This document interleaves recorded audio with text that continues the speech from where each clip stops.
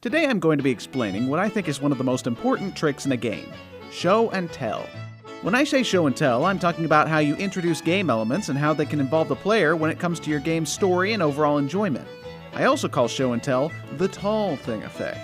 Basically, in almost any situation, you can explain something in two distinct ways: showing, where you actually show someone something and let them add stuff up on their own, and second, telling, where you verbally explain the significance of something to the player.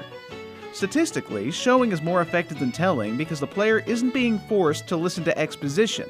They add up their own opinions. But when you combine the two, you get the best effect.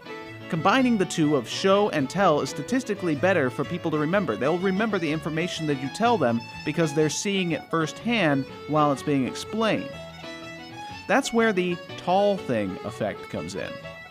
A great way to show and tell the player in video games is by giving them a central object in the background or something to always have in their view to give importance, then tell them of its importance casually. Bioshock Infinite? Big, tall, important thing. Half-Life 2? Big, tall, important thing. Journey? Big, tall, important thing.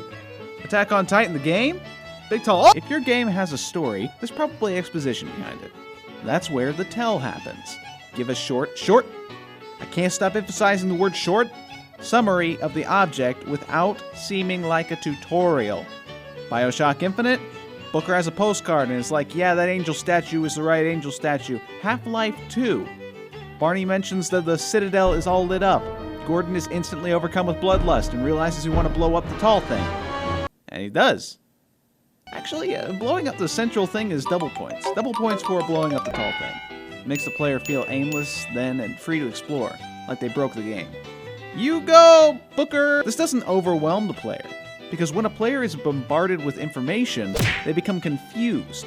And when people become confused, they begin ignoring the story. And when they ignore the story, they don't get the full experience. And when they don't get the full experience, they complain on forums about how stupid the game is, while everybody else is all like, you didn't understand the story, but it's really difficult, so it's not really their fault. Long, boring intro scenes do that. Lots of words we don't know does that. Things we don't quite grasp gets that. It's a blah blah blah blah blah. I'm looking at you, Dark Souls. Nobody could explain Dark Souls' story to you. Heck, half the people I've met who played the game were baffled there was a story. But there is. There is a deep, deep lore with tons of villains and heroes and stuff.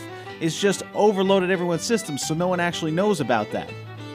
The big tall thing could even be an object. It's not synonymously a tall thing, it's just a word I came up with because that's what everybody's doing right now. Gotta make it big and tall, but portal? The big tall thing is the portal physics, which the game doesn't explain, it just lets you learn right from the get-go. What you mean, take an hour to learn anything at all? Where the cheddar cheese do I go? Dead space? Nicole is your main goal, and you see she matters to you. Nobody's explaining it. Even I am a show and tell. I show you gameplay, I tell you how to connect, so I'm doing it right there. And right there. And right there. And right there. And right there. And right there. And right there.